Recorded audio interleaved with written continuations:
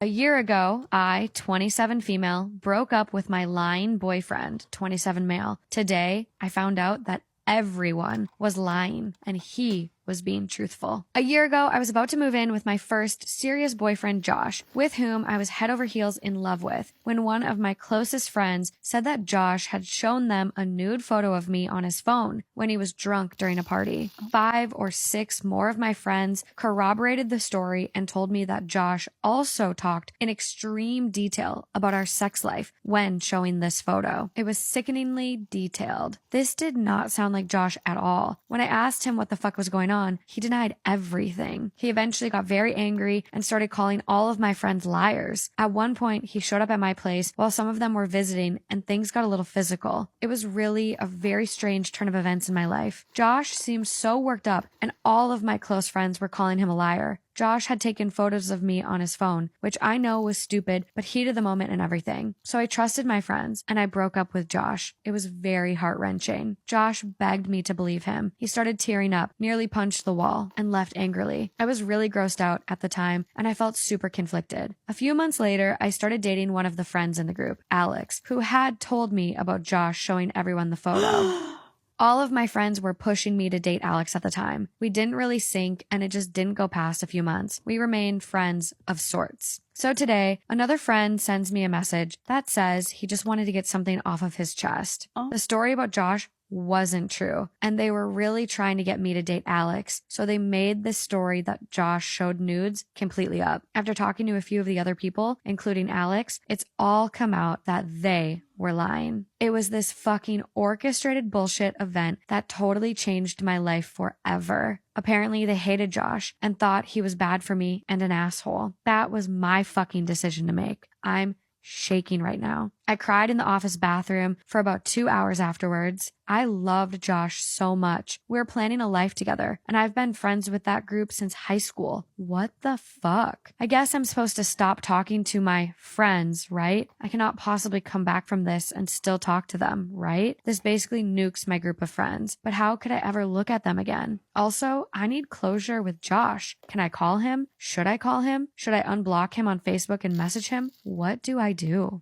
So we do get an update. Even though everyone seemed to think it was a terrible idea, I sent Josh an email on Friday. I copied it here. Josh, I don't know if you are still connected to anyone on Facebook, but if you are, you probably already know why I'm sending this. And I know it is totally unfair and selfish to contact you, but I cannot imagine going through the rest of my life without apologizing. So before I say a bunch of embarrassing things, more than anything, I want to say that I am sorry I did not trust you. I'm sorry I let other people decide our relationship. I am sorry for what I put you through. But I figure this might be my only chance to say this. So here comes the really lame, embarrassing stuff. I spent the past day thinking about the past year, where I would be if I believed you, what my life would be like. Would we be engaged? Would we be married? I'm not over you. I want to try again. I'm not asking you to marry me, but if you ever find yourself thirsty, I would love to buy you a beverage of your choice. I want to talk to you again. I miss everything about our relationship. I miss you getting annoyed when I stole your French fries. I miss fighting with you over money. I miss making you breakfast. I miss watching The Office with you over and over and over. I miss you. My information is still the same. I would not blame you if you ignored and deleted this. Just know that I know I am really sorry. So I sent it, and I tried to take my mind off of it. Just writing it and sending it was extremely cathartic. I spent Saturday morning sitting around watching old movies when someone rang my doorbell. Assuming it was Amazon, I ignored it and waited for the delivery driver to leave so that I could sneak out and grab the package. I was in my robe. After a minute or two, I walked over to the door and looked through the hole. It was Josh. Obviously, my heart leapt into my throat. I had been compulsively checking my phone for a response, but I was not expecting something like that. Everything in my house, including me, was pretty disheveled. I cracked the door, smiled, said hi, and told him that I had to get dressed really quick. What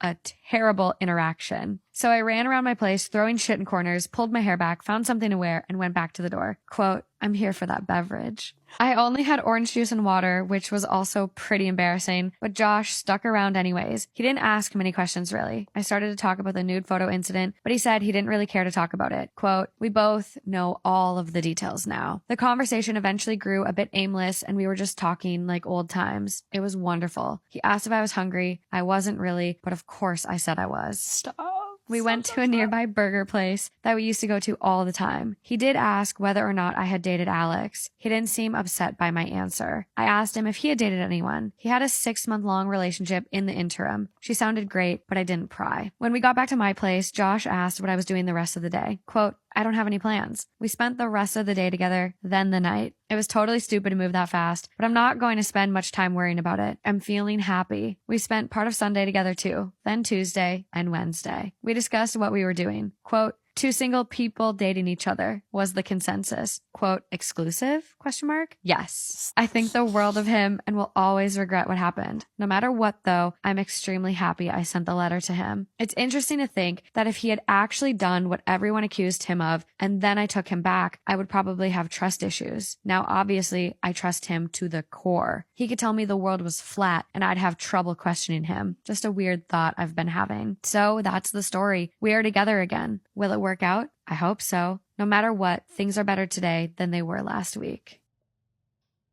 Am I wrong for walking out on a wedding that I was a part of and ruining the day? Story time.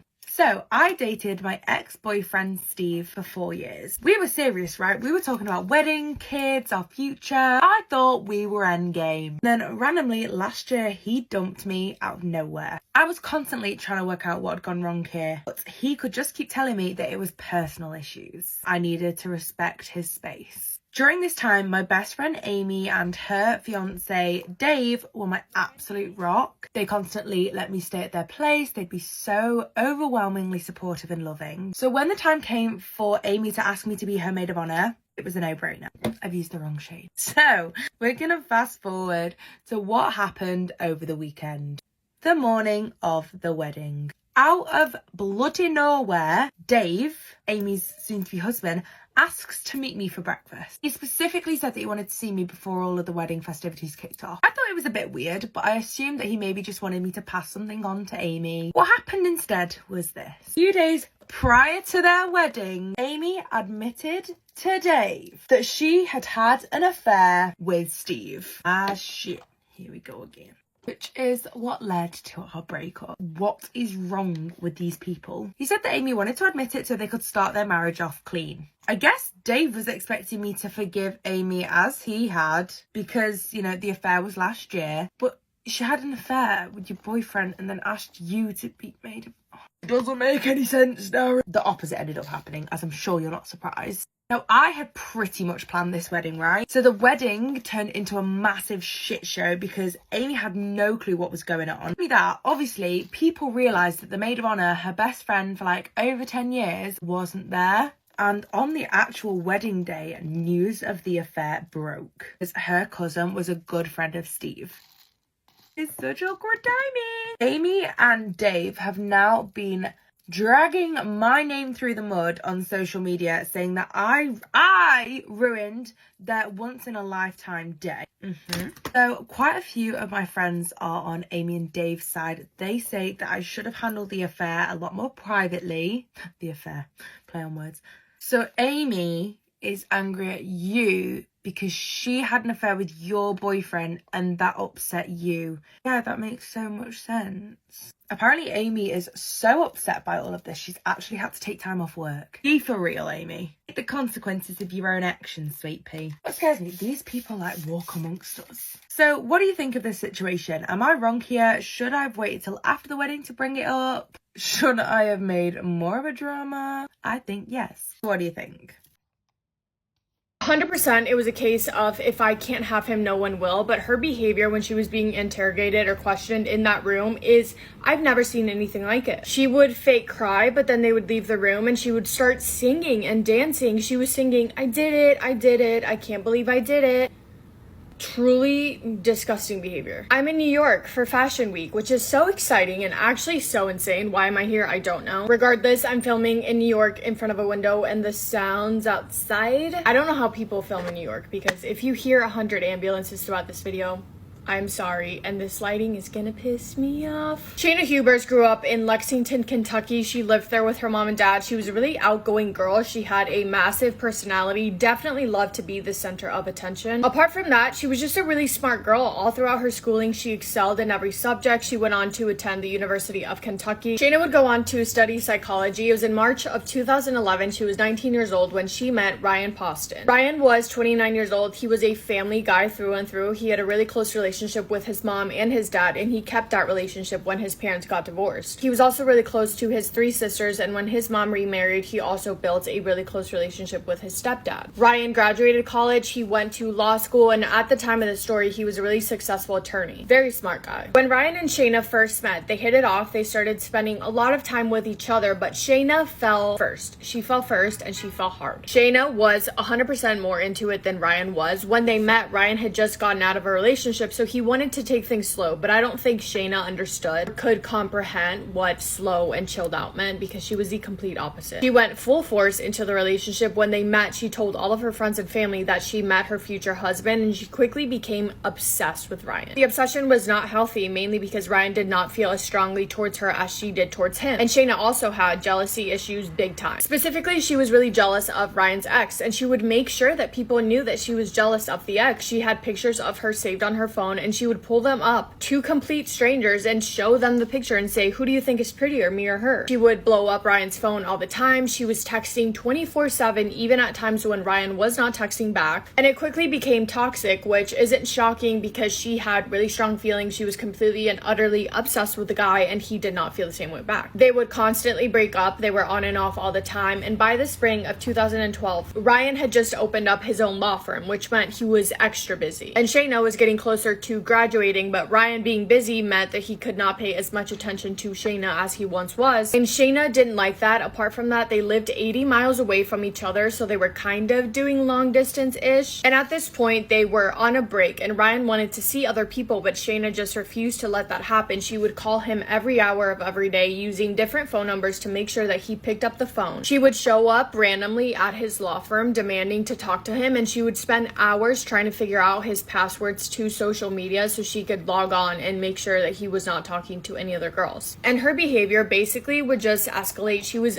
pretty much on her knees begging for Ryan to date her. And Ryan sometimes would agree, but he would tell Shayna, the only reason that I'm dating you is because you're begging me to, and out of pity, I feel bad, so I'm agreeing to be with you. Shayna was okay with that. It was no secret that he didn't really want to be with her, and Shayna just didn't care. Their relationship got progressively worse. It was getting concerning and alarming, and Ryan would tell his family and friends that he didn't want to be with Shayna anymore. He didn't know what to do because he would try and break up with Shayna, and Shayna would just say no. You're not breaking up with me. Shayna's behavior got so bad to a point Ryan actually told his friends and family that it was getting to be restraining order behavior. By the fall of 2012, Shayna had graduated college. She stayed in school to get her master's, and Ryan was still really busy with his law firm. He was also in a lawsuit that was taking up a lot of his time. And at this point, they were together, I guess. But again, the relationship was really toxic, and Shayna started making jokes to her friends that she wanted to kill Ryan because he didn't want to be with her. She would get angry that he did not give her enough attention, and she would joke to her friends that she wanted to end his life because of it, which not a thing to joke about. If someone tells you those jokes, we have learned to not take them lightly. The night of October 12th, 2012, Ryan had a date planned with a different girl. It's highly believed that the night prior, Ryan had cut things off completely with Shayna. He was over it. He wanted out. He wanted to move on, go on dates with other girls, and he had planned a date with a girl to start fresh. And Ryan did not tell Shayna about this date, but we think that Shayna definitely knew because she had logged onto his social media accounts, and there was records that Shayna had looked up this girl. She was stalking the girl. She knew about the date. That night, Ryan got home from work. He was getting ready to leave for his date when Shayna showed up unannounced. And at 9 p.m. that evening, police receive a 911 call from Shayna Hubers. In the call, Shayna can be heard saying, quote, "Ma'am, I killed my boyfriend in self-defense. I'm standing about 10 feet away from his dead body," end quote. Shayna's story was that they got in an argument. Ryan physically hurt her, kicked her out of the apartment, and when she came back to get her things, Ryan reached down, grabbed a weapon, and at Shayna. When police arrived at the scene of the crime, Ryan Poston was pronounced dead at the scene. He had been shot 6 times. Shayna got arrested and taken into the station for questioning, and it was her interview that got me interested in this case because her behavior during it is actually unbelievable. She's being questioned and Shayna says that she wants an attorney. She asks for a lawyer. The investigator says, okay, no problem. I'm not going to ask you any questions until your lawyer is present. But Shayna would not shut up. She started talking and did not stop for 3 hours, even though she was not being asked anything at all. The videos of her seemed like she was full of energy. She started telling the entire story to investigators. She was saying, yeah, it was crazy. I was so out of it. And then I killed him and I called 911 and I was like, yeah, it's in self-defense, but I killed him. Can you please come to the scene of the crime? Shayna also said that she killed him in self-defense and was just watching him when he was laying, twitching and making noises, which are quotes from her. She said, quote, I knew he was going to die a very slow and painful death. She explained that she him multiple times to make sure that he was dead and says, quote, I probably should have left it there, but I knew he was either going to die or have a very deformed face. She then says, quote, he's very vain and wants to get a nose job. He's just that kind of person, and I shot him right here. I gave him the nose job that he wanted, end quote. She is saying everything, and not only that, she would randomly throw out compliments to the investigators saying that he had really nice teeth. She was asking if she went to jail, if she could keep her phone in jail. She was asking if she did go to jail, if she could shower there, or if she would just, quote, get really smelly. Acting bizarre. She was talking for so long and so much that investigators had to take shifts. Basically, they would switch out the person that was sitting inside of there with her because she was talking for so long, and when one of them would get up to leave, she would start crying, but as soon as they stepped out of the room, she would stop crying. Like, she was acting for sure. One second she was bawling, and the next second when she was alone, she would have a blank expression on her face. Also, this was all on camera. Shayna was making eye contact with the camera, so it wasn't like she didn't know that she was being recorded. It makes zero sense. Her behavior during that, it wasn't a questioning. Her behavior just being in that room made the suspicion against her just grow and grow. Apart from that, her story was not making any sense. She would say that certain things happened, but taking a look at the crime scene and at the evidence, it was obvious that what she said happened clearly did not. When she was in the room as well, alone, and she was left alone, she would start singing and dancing, literally walking around there dancing and singing, just crazy. Shayna was charged with murder and she was held on a $5 million bail. She was in custody until her trial that started April 13th of 2015. Shayna entered a plea of not guilty, but the evidence tore her apart, painting the obvious story that Ryan's murder was not in self-defense. She was found guilty and sentenced to 40 years, but a year later her conviction was overturned because someone in the jury was found to be a convicted criminal, making her trial not valid anymore. And her second trial did not start until January 16th, 2018. At her second trial, Shayna took the stand herself, not helping her case at all, actually making it probably 10 times worse. After her second trial, she was found guilty of murder again, sentenced to life imprisonment without the possibility of parole. I first heard about this case a while ago, and I've had the picture of Shayna. You need to look up the videos of her in that interview room because it's actually like, I have really never seen anything like it. It's bizarre. It's cold. It's calculated. She knew what she did. It was not self-defense, and that was clear from the start. So that's Jess, and she was married to her husband for about 7 years, and he would off and on stonewall her for absolutely no reason. She would try to speak to him, and he would just be silent. He wouldn't respond at all, and she would just be wondering, like, what did I do? She had no idea what his triggers were, even to the point that when they went on vacation, he would ignore her. They went to Italy. He just decided, I'm not going to speak to her anymore. So she decided to enjoy the vacation on her own, and then when they got to Sorrento, he did the exact same thing. So she did the exact same thing. She enjoyed herself, and she learned at that time, I'm just going to enjoy the times that he decides to ignore me. She realized, like, when he ignores me, I don't have to cook, I don't have to clean, I don't have to do anything for him. He just has to be a big man baby over there in the corner somewhere. So 2 years into their marriage, he was stonewalling her pretty hard at this point, and she decided, like, I'm gonna leave him. And he had all these waterworks. He was crying, he was begging, pleading for her to stay. And so she decided, like, okay, I have no reason to believe that he's not gonna go get help like he said he's going to. And so she stayed. Of course, nothing changed. 3 years after that, she tries to leave him again, and Same waterworks, same crying, same begging and pleading. And at this point, she's like, absolutely not, like, I'm leaving. And so he asked her to go to a marriage like retreat with him, not to get back together, but to see if they can help him, see if there's something that they can do. And so she agrees because she felt like, I owe this to myself too, like I need to go get help as well. So she goes, and of course they end up back together, and he's like, I'm gonna change. She felt like they both just received some help, so maybe this will be for the better. Of course it's not. When they moved him to his new assignment in the military, he had all these excuses for why he had to stop counseling. So she was like, okay. And of course, he reverted back to his old ways. Now, he would ignore her from anywhere from 2 weeks to 6 weeks. And this particular time, he was ignoring her for 6 weeks. And she had had enough. She was like, I'm divorcing this man. And so she serves him with papers. She felt like she had done everything to save that marriage and was ready to move forward. And so she served him with paperwork, and he thought it was a joke. He was like a little surprised, but not as surprised as she expected him to be. Mostly because she realized he thought that she wasn't going to go through with the process. Hawaii has a very easy process when it comes to no contest divorces, so she paid the $250 and started the process. She would leave the paperwork down at the kitchen table for him to sign, and towards the end of it, he started to like lag on signing the paperwork, and she's like, hey, I need you to go ahead and sign this.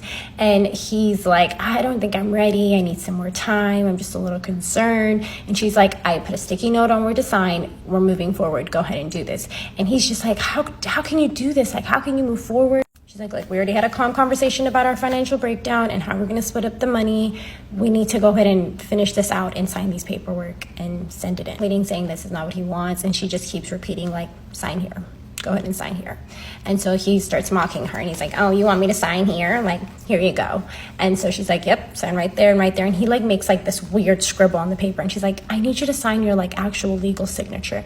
And he's like, I'll swear in court that I signed it. She's like, no, sign it right now. Like, stop playing. She takes the paperwork, she submits it to the courts, and they basically come back and are like, okay, this is official. He's the one that ends up opening the envelope when it arrives at their home, and he's like, what, we're divorced? Like, what's going on? And she's like, yeah. He thought there was so much more paperwork to get through, and she's like, nope, that's it. And 5 days later, she packs up her bags and she leaves Hawaii and starts to move forward with her life. And before she even left Hawaii, they had already split what they had in their savings account. Now what she was waiting for, and that's what the decree also stated, was half of the investment account. And so he was now lagging. She arrived in South Carolina in like November 5th. It's like November 29th or something. And she still hasn't gotten her money. And she's like, what's going on? Like, I need you to sign over the money to me. It's in the divorce decree. And he's like, yeah, I've gone through a bunch of banks. Like, I'm trying to figure out when we were like married and how much money I had during that time. And she's like, no, that's not what the divorce decree says. It says this, and you need to like abide by it. I'll put some of the correspondence of their emails here. And so basically he's like really lagging at this point. Now, before she left, he had her sign some paperwork for his bank saying that she needed to be removed as an account holder. And so she did. Now, what he didn't realize was that she had access to the savings account still, because they only got her taken off of one of the accounts, not both of the accounts they had there. So she could still see how much money was in there. She basically emailed him back and said, hey, look, I just want my money back. Why don't you just take the amount that you owe me from the investment from our savings and just send it over to me? And he's going to turn around and say, actually, there's no more money left in the savings account. I tried to buy a gift for you and get it started early and put money towards it, and so I'm broke right now. Now, he's not realizing she's not off the savings account. So she waited a little bit. He was playing around. So she went into that account, called the reps and said, hey, like, here's the situation. And the guy that works at the bank basically told her, like, well, you're on the account. Money is yours just as much as it is his. If you wanted to wipe this account out right now, you could. So she did. You know she did. She didn't take a penny more than they had agreed upon, but she took it. Now, she knew it was going to take him a few days to realize that she took the money. And so, just like clockwork, a few days go by. They never spoke again. A year after her divorce, she ends up getting a message from his first wife, and they're exchanging notes and, comparing stories, and she realizes that his first wife got it way worse than she did. But nonetheless, he was nobody that she wanted to be with, and is glad that she had moved on. This October will make it 4 years since they've been divorced. To be with someone that just like willingly stops speaking to you, like, I don't wish that type of love on anybody. Being stonewalled, it's a very hard thing to go through, like to just like have the person you love not respond to you and not acknowledge that your presence is there is, a very hard thing to deal with. So I'm glad that she got out. I'm glad that she found her own way out and is now sharing her story so she can teach other people how to avoid. Am I the astronaut for ruining my friend's vacation? I, female 38, just got back from a vacation with two of my longtime friends, Kate, female 40, and Mary, female 38. I've known both of them since university, and we've always been close. The three of us had been planning this Bali trip for a few months, along with our husbands and their kids. They both have children under 5, while my husband, Jake, male 45, and I are child-free. We agreed to split the cost of a 4-bedroom villa 3 ways, and everything seemed fine at first. Jake and I arrived in Bali earlier than the rest of the group because we had different flights. Once we got to the villa, we waited to choose rooms with our friends and didn't mind when they both chose the ones with in-suites.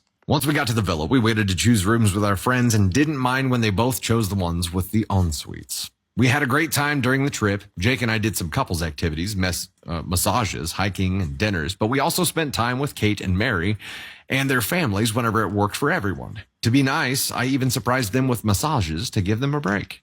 The only thing that made me uncomfortable was that whenever I ordered a drink, a cocktail before dinner or a glass of wine with meals, I'd get comments like, "Oh, you're drinking again." For context, I'm a social drinker and don't drink often, but we're on vacation, and I didn't think it was a big deal, especially since our husbands were drinking too. I just ignored the comments so I could enjoy the trip. On the last night, Jake and I made plans with the guys to go out, and Kate and Mary said that they were staying in to pack. Jake convinced me to join him, and since it was the last night of our vacation, I didn't want to stay in either.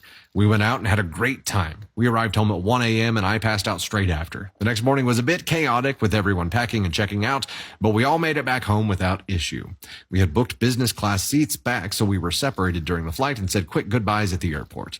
A week after returning home, I got a long text from Kate saying that both she and Mary wanted to reduce contact with me because I had ruined their vacation. They mentioned several things like my drinking every night, that I wasn't acting like a girl's girl, that I booked different flights, didn't hang out with them enough, and that I was selfish for not helping with their kids. She even said I was just focused on partying and not acting my age. This message really hurt me. I cried after reading it, and I honestly don't know what to think. I thought I was just enjoying my vacation, but clearly they had a very different view. I haven't responded yet, and my husband has been asking what's bothering me, but I don't know what to say. Am I the astronaut for how I acted during the trip? Edit! I was going to apologize, thinking it might be the easiest way to keep the peace, but now I realize that might not be the right approach after all. I also showed my husband Jake this post and the text message. He told me to thank you for looking out for me. He's actually pretty angry on my behalf about the text message. I showed him some of the comments that gave me insight on how my friends may have been feeling, which has given us both a lot to think about.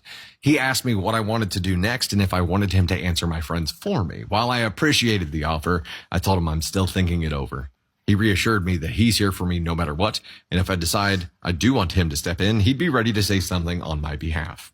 For now, I'm going to sleep on it and take some time before I respond or don't respond to the text message. If I do, I'll post an update. Again, thank you all for helping me see things a little bit more clearly. I feel less alone now.